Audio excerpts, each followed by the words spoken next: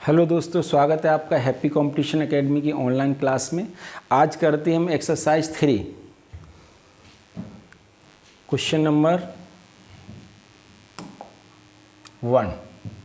एक चतुर्भुज के 4 क्रमागत कोणों की माप 7:11 के अनुपात में है। वह चतुर्भुज एक है। वह चतुर्भुज क्या है? देखिए, जब किसी चतुर्भुज के 4 क्रमागत कोणों की माप दी है, 4 क्रमागत कोण इस तरह से हैं A, B, C, D। ए की माप है 7, इसकी माप है 11, फिर इसकी माप है 7 और इसकी माप है 11। यदि किसी चतुर्भुज के आमने सामने के कोण बराबर होते हैं तो वह चतुर्भुज समांतर चतुर्भुज होता है। इसमें आमने सामने के कोण 7 और 7 और 11 आपस में कैसे हैं? बराबर हैं। नेक्स्ट क्वेश्चन लेते हैं।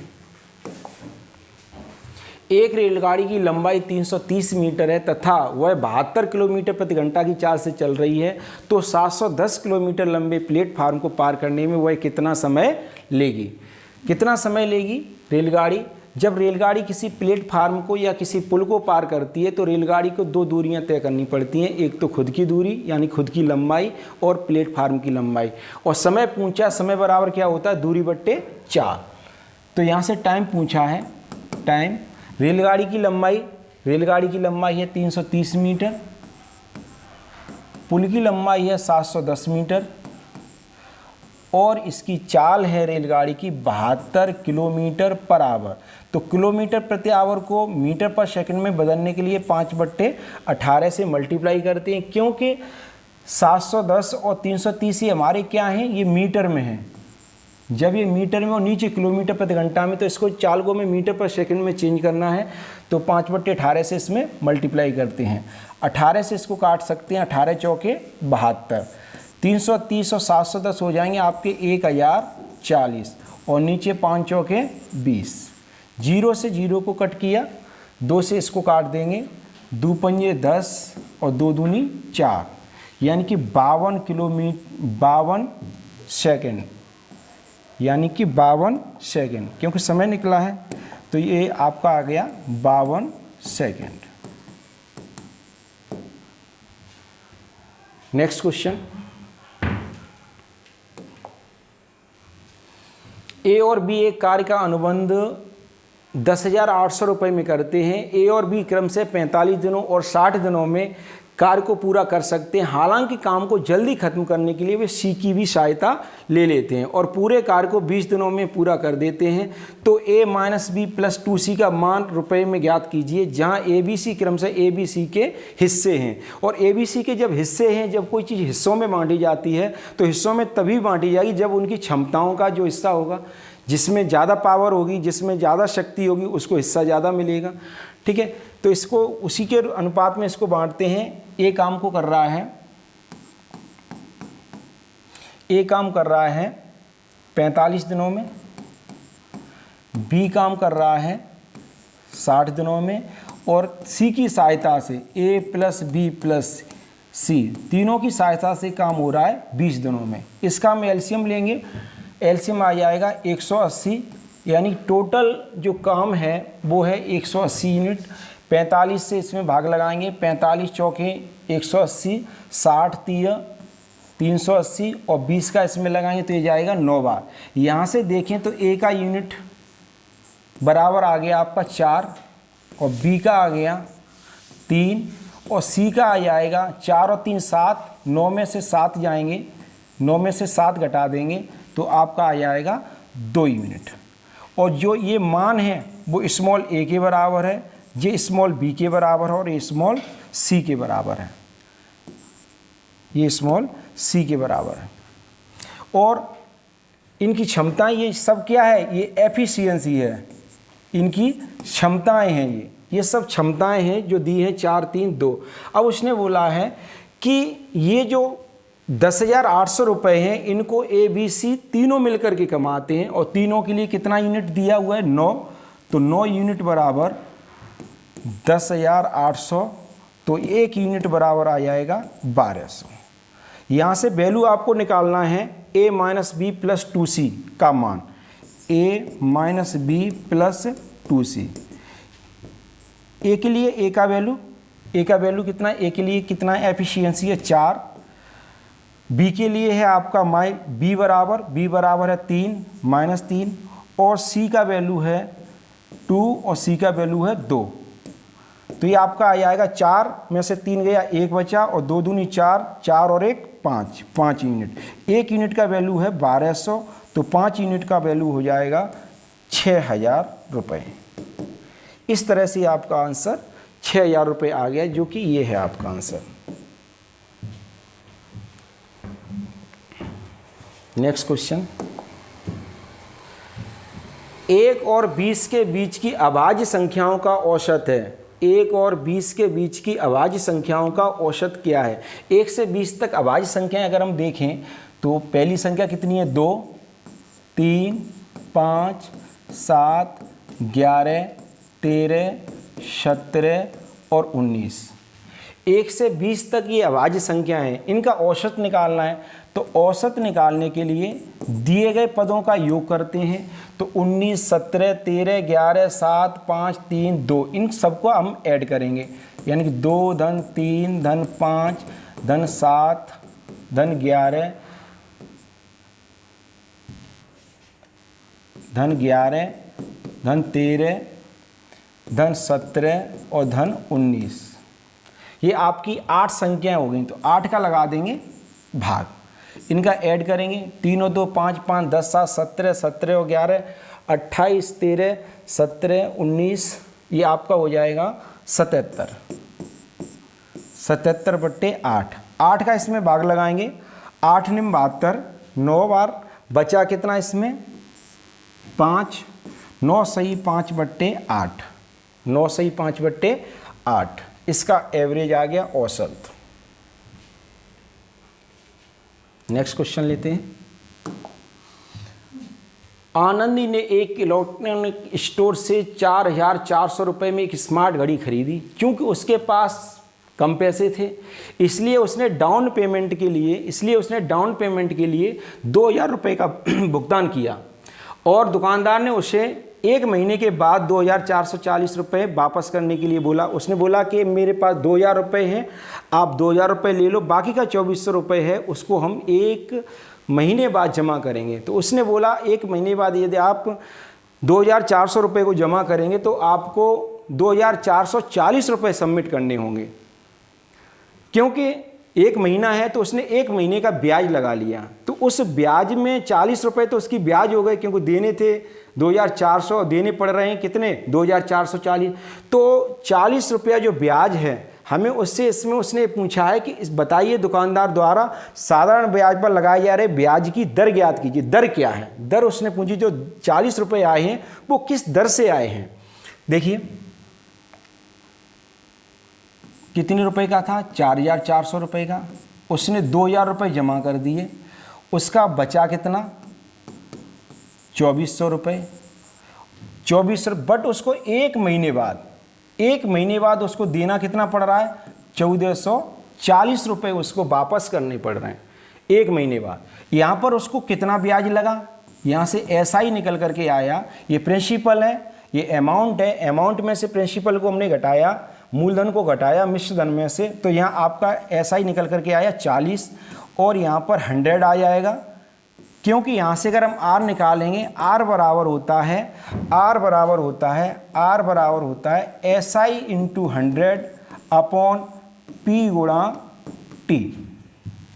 ठीक है, वही है, ये फॉर्मूला है, बटे P का वैल्यू कितना है 2400, और टाइम कितना है 1/12।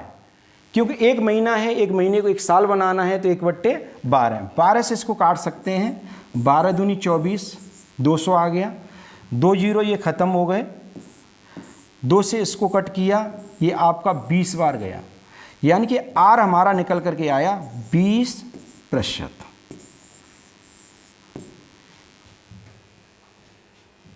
यानी कि 1 महीने बाद उसने को जो ब्याज का भुगतान करना पड़ा है वो ब्याज लगी है 20% की ब्याज लगी है। नेक्स्ट क्वेश्चन,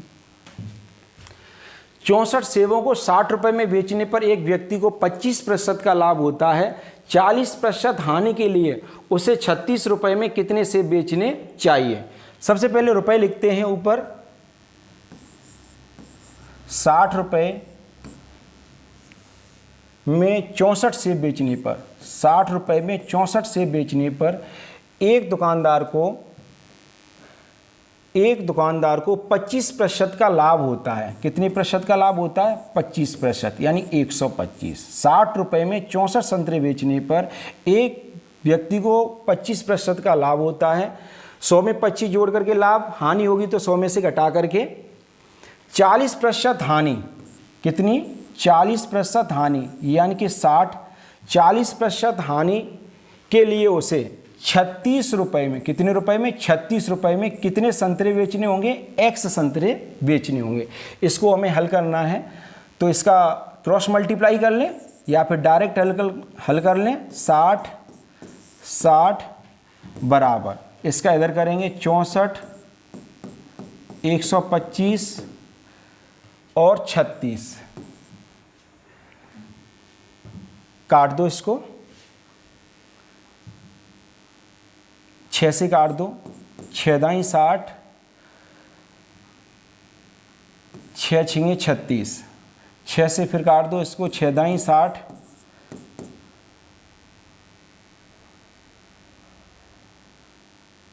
5 से काट दो, 5 पंजे 25, 5 दूनी 10, 5 से इसको फिर काट दो, 5 दूनी 10, 2 दूनी 4, x इंटू 2 दूनी 4 बराबर 64।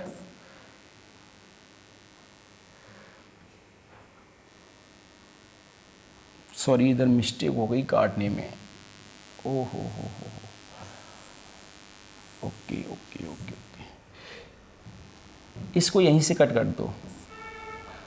12 3 36, 12 पंजे 60, 5 से इसको कट कर दो, 5 दूनी 10, 5 पंजे 25 और 5 पंजे 25 और 5 से इसको काट दो, 5 एकन 5, 5 दूनी 10, 6 से काट दो, 4 से काट दो, 4 एकन 4, 4 छिंगे 24 और 4 3 12।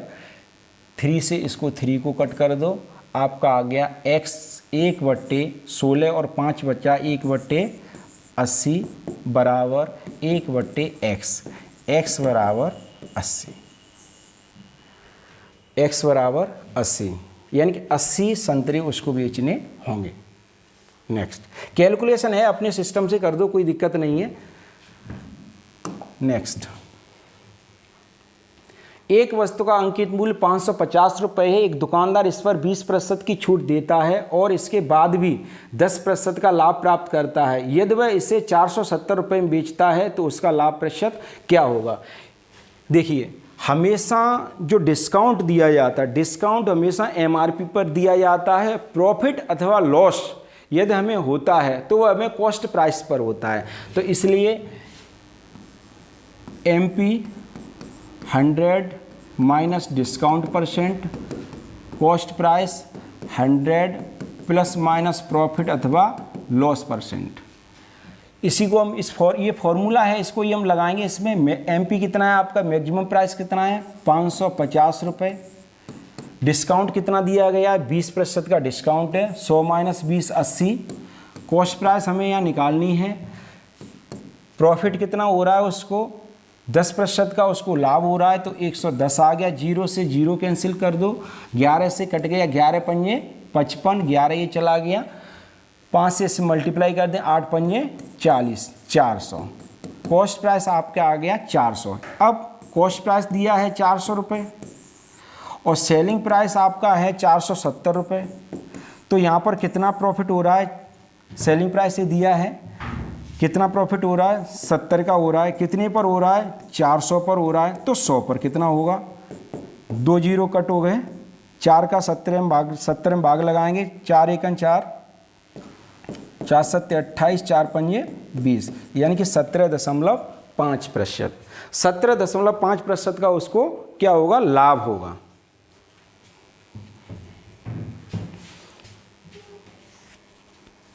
नेक्स्ट क्वेश्चन, प्रथम 148 सम धनात्मक संख्याओं के औसत तथा प्रथम 129 विषम धनात्मक संख्याओं के औसत के बीच का अंतर कितना है। देखिए प्रथम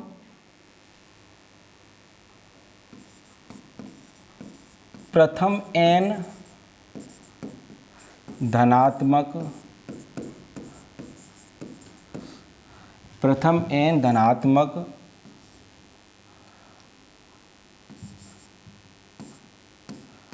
सम संख्या का औसत हो जाता है n+1। इसी तरह से यहाँ पर प्रथम n धनात्मक, यहाँ पर प्रथम कितनी दी है 48, n की जगह 48 है तो 148 प्लस 1 ये आपका हो जाएगा 149 आ गया। अब दूसरा उसने बोला है प्रथम n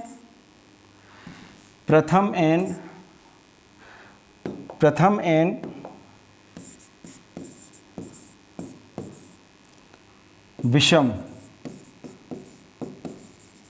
धनात्मक संख्या का औसत, इसका औसत हो जाता है n। तो उसी तरह से इसमें प्रथम 129 विषम धनात्मक संख्याओं का औसत क्या होगा, तो इसका औसत हो जाएगा आपका 129 ही हो जाएगा। अब इन दोनों का उसने अंतर पूछा है, यानी कि 149 माइनस 129, इन दोनों का उसने डिफरेंस पूछा है कि अंतर क्या है, तो अंतर आपका आ जाएगा 20। कितना अंतर हो जाएगा 20, ये 20 अंतर हो। ये इसके फॉर्मूले टेक्निक है इसको हल करने की।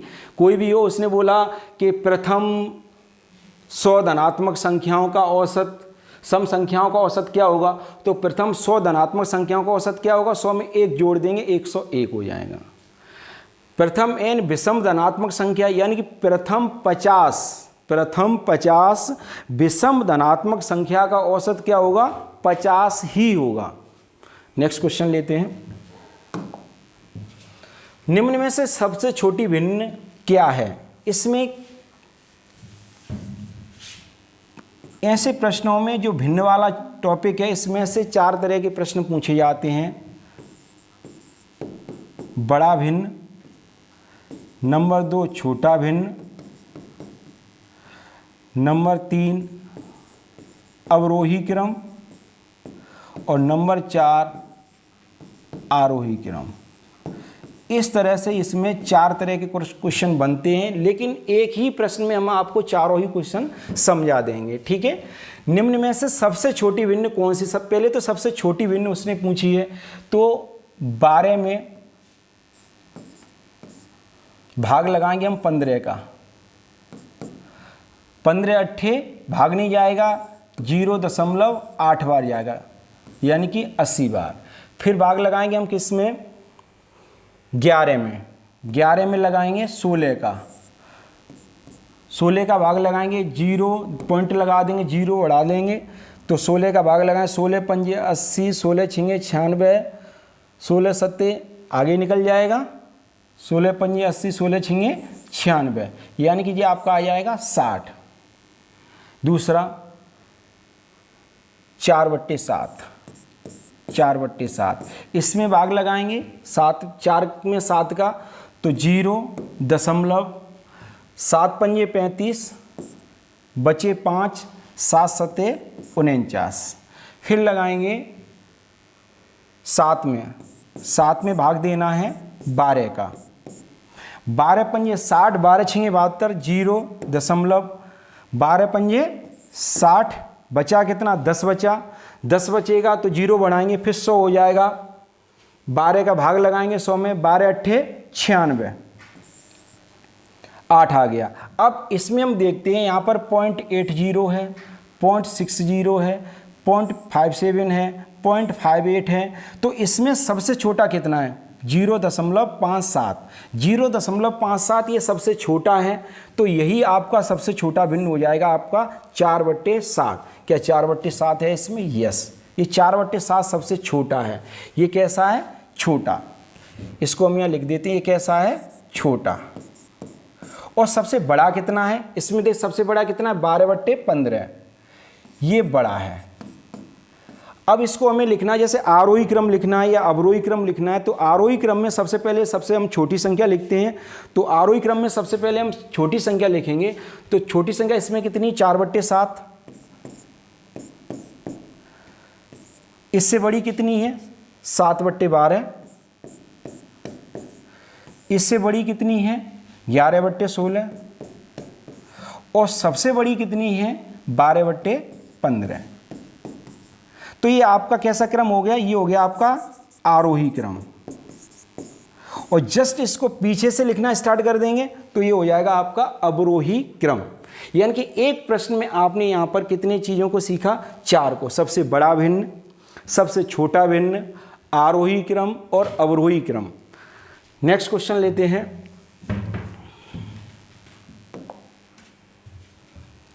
यदि n प्राकृत संख्या है तो किस संख्या को n, n+1, n+2 के रूप में लिखा जा सकता है? n क्या है? एक प्राकृत संख्या, एक नेचुरल नंबर है।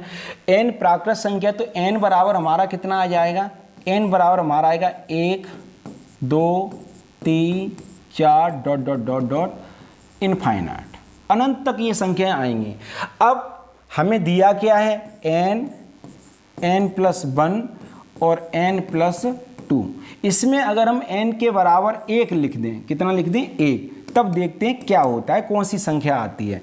तो n की जगह हमने रखा 1, 1+1, 1+2, तो आपका आ गया 1, 2 और 3, 3 दूनी 6, 6 एकन 6, यानी कि 6 आ गया। यानी n, n+1, n+2 के रूप में हम सिर्फ और सिर्फ 6 को लिख सकते हैं। ये देखिए SSC CGL में आया हुआ क्वेश्चन है Tier 1 में। कितना अच्छा क्वेश्चन है और कितना सिंपल इसका सॉल्यूशन है। ऐसी 3 क्रमिक संख्याएं ज्ञात कीजिए जिनमें पहली का 2 गुना, दूसरी का 3 गुना और तीसरी का 4 गुना अगर हम जोड़ दें तो उनका योग 191 यानी 191 आता है। तो वो संख्याएं बताओ क्या हैं। तो 3 क्रमिक संख्याएं क्या होती हैं? 1 के बाद क्या आएगा? 2 आएगा, 2 के बाद कितना आएगा? 3 के बाद क्या आएगा? 4। यानी अगला अंक हमें पता चलता चला जा रहा है। यही है हमारी क्रमिक संख्याएं। लेकिन हम इसको मानेंगे कैसे? x, दूसरी आ जाएगी x+1, अगली आ जाएगी x+2। अब इनका जो कंडीशन उसने बताई है उन्हें हमें फॉलो करना है। ठीक है, पहली संख्या का 2 गुना, पहली संख्या का हमने 2 गुना कर लिया। दूसरी संख्या का कितना करना है? 2 गुना। पहली संख्या का 2 गुना और दूसरी संख्या का 3 गुना। इसको 3 गुना करना है, 3x+3। और तीसरी संख्या का 4 गुना, इसको 4 गुना करना है। इसको कितना करना है? इसको 4 गुना करना है, इसको 3 गुना करना है, इसको 2 गुना करना है। ठीक है, तो इसको 4 गुना करेंगे, 4x+4 दूनी 8, और इन सब का योग करेंगे तो कितना आ जाएगा? 191। तो 2x, 3x, 5x और 4x कितना हो गया? 9x। और इसका ऐड करेंगे 8 और 3 11, ये 11 आ गया। 9x = 191 - 11 यानी कि 180 आपका बचा। 9x बराबर 9 से इसको काट देंगे, 9 दूनी 18, तो x बराबर आपका आ गया 20। x बराबर कितना आ गया? 20। यानी कि पहली संख्या 20 आ गई। जब पहली संख्या 20 आ गई तो अगली संख्या कितनी होगी? 21 होगी। अगली कितनी होगी? 22 होगी। तो ये क्रमिक संख्याएं आ गई हमारी, क्रम से लगाना आ गया। यानी क्या है? 20, 21 और 22। समझ में आ रहे हैं सभी के क्वेश्चन? अगर किसी क्वेश्चन में डाउट हो तो आप कमेंट में ज़रूर बताएं, कमेंट ज़रूर करें, क्योंकि उससे पता चलता है कैसा समझ में आ रहा है आप लोगों के। जब कोई तरल अपनी ठोस अवस्था में जम जाता है तो उसके आयतन में 4% की वृद्धि हो जाती है। देखा होगा आपने, जब भी कोई तरल है जमता है, ये साइंस का रूल्स है कि अगर हम किसी प्लास्टिक की बोतल में फुल पानी भर के रख दें और हम जब वो फ्रीजर में जमेगी, जमने के बाद में आप देखेंगे कि वो बोतल फट जाएगी, क्योंकि वो अपना क्या होता है, बढ़ता है, आयतन उसका बढ़ता है पानी का। जब कोई तरल अपनी ठोस अवस्था में जम जाता है तो उसके आयतन में 4% की क्या हो जाती है, वृद्धि हो जाती है। यानी कि पहले आयतन उसका था 100 इकाई, अब हो गया कितना, बढ़ा तो 104, 4 की वृद्धि होगी, कितनी हुई, 4 की वृद्धि हो गई। इधर से जब उसने कहा जब वो ठोस है, ठोस फिर तरल अवस्था में आएगा, जब तरल अवस्था में आएगा तो फिर वो कम होगा, और कम होगा यहाँ से तो कितना कम होगा, 4 कम होगा, और कितने पर कम होगा, 104 पर कम होगा, तो 100 पर कितना होगा, तो यहाँ से आपकी आ जाएगी कमी प्रतिशत। 4 से इसको काट दो, 4 दूनी 8 और 4 छिंगे 24। अब ये 2 से कट जाएगा, 2 पंजे 10 और 2 से ये कट हो जाएगा, 2 एकम 2 और 2 3 6। अब 13 का भाग 50 में लगाना है हमें, 13 का भाग 50 में लगाएंगे तो 13 3 39, 13 चौके 52, 13 3 39, बचा कितना हमारे पास में 11/13%। ये क्या आ गई हमारी, कमी आ गई,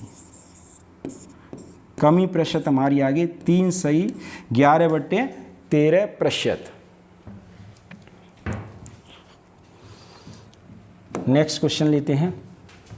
यदि 24 कैरेट सोने को 100% शुद्ध सोना माना जाता है तो 22 कैरेट सोने में शुद्ध सोने का प्रतिशत क्या है। यानी 22 कैरेट सोने की कंपेयर करनी है हमें, प्रतिशतता देखनी है। 22 कैरेट सोने की कंपेयर करनी है हमें किस पर, 24 पर, तो 100 पर कितनी होगी, इसको सॉल्व करते हैं। 2 एकम 2, 2 एकम 2, 2 एकम 2, 2 दूनी 4, फिर 4 से हम इसको काट देंगे, 4 × 12, 4 दूनी 8, 4 पंजे 20, 25 का 11 में गुणा करेंगे, 25 का 11 में गुणा करेंगे तो आपका आ जाएगा 25 एकम 25 की 5 2, 25 एकम 25 2 27, 275/3। 3 का भाग लगाएंगे, 3 निम 27, 3 एकम 3, 2 बचे 2/3%, यानी कि 91 सही 2/3%, 91 सही 2/3%। यानी कि यदि आप किसी सुनार के पास जाते हैं और वो आपसे बोलता है कि हम 24 कैरेट ना दे करके 22 कैरेट का आपको सोना देंगे, तो इसका मतलब है कि उसमें 91 सही 2/3% क्या है, सोना है, बाकी की उसमें अन्य धातुएं हैं, जैसे तांबा हो सकता है, चांदी हो सकती है, जो भी है, जो भी वो मिलाना चाहे वो हो सकता है, बट उसमें सोना कितना होगा, 91 सही 2/3%। नेक्स्ट क्वेश्चन लेते हैं। त्रिज्या के बराबर ऊंचाई और 5 सेंटीमीटर तिरछी ऊंचाई वाले शंकु का आयतन क्या होगा। शंकु का आयतन, शंकु इस तरह से होता है, ये इसकी तिर्यक ऊंचाई L होती है, ये वाली, ये त्रिज्या R होती है, ये ऊंचाई H होती है। इसका नामकरण कर दें A, B, C और D, ठीक है। उसने बोला है त्रिज्या के बराबर ऊंचाई, यानी कि R बराबर H, और R बराबर H है तो हमने इसको X माना। मानने के लिए कुछ भी मान सकते हैं, A मान सकते हैं, B मान सकते हैं, C मान सकते हैं, कुछ भी मान सकते हैं। R बराबर H बराबर X। अब यहाँ पर जो L है वो उसने दे रखा है, कितना है, 5 सेंटीमीटर, तिरछी ऊंचाई 5 है। तो यहाँ से आप देखेंगे कि ये पाइथागोरस प्रमेय बन रही है, यहाँ से ये पाइथागोरस प्रमेय बन रही है, यानी कर्ण का वर्ग शेष दोनों भुजाओं के वर्गों के योग के बराबर होता है। यानी कि 5 का वर्ग है वो x² के बराबर होगा और प्लस x² के बराबर होगा, क्योंकि r² प्लस h² उन दोनों का वैल्यू कितना है, x है। तो यहाँ से ये कितना आ जाएगा 25 और ये हो जाएगा आपका 2x²। तो x² बराबर आ जाएगा 25/2 और x² बराबर 25/2 आएगा, तो x बराबर कितना आ जाएगा, √25/2, यानी कि 5/√2, 25 का 5 हो जाएगा। अब शंकु का आयतन क्या होता है, शंकु का आयतन होता है, शंकु का आयतन होता है 1/3 पाई r² h, 1/3 पाई r² h। अब 1/3 पाई r² की जगह हम वैल्यू लगाएंगे, r² बराबर यहाँ से देखेंगे अगर तो एक लाइन यहाँ बढ़ा देते हैं, x² बराबर आ जाएगा 25/2, एक्स स्क्वायर बराबर आ जाएगा 25/2। तो एक्स स्क्वायर की जगह हम क्या लिख सकते हैं 25/2 डायरेक्ट, और एच की जगह लिख सकते हैं 5/√2। तो 25 का 5 में गुणा करेंगे, 25 पंजा कितना आ जाएगा 125, 125 पाई बट्टे 3 दूनी 6/√2 सेंटीमीटर क्यूब। ये आपका आंसर हो गया। देखते हैं किस ऑप्शन में है 125 पाई बट्टे 6/√2 सेंटीमीटर क्यूब। यही है आपका आंसर।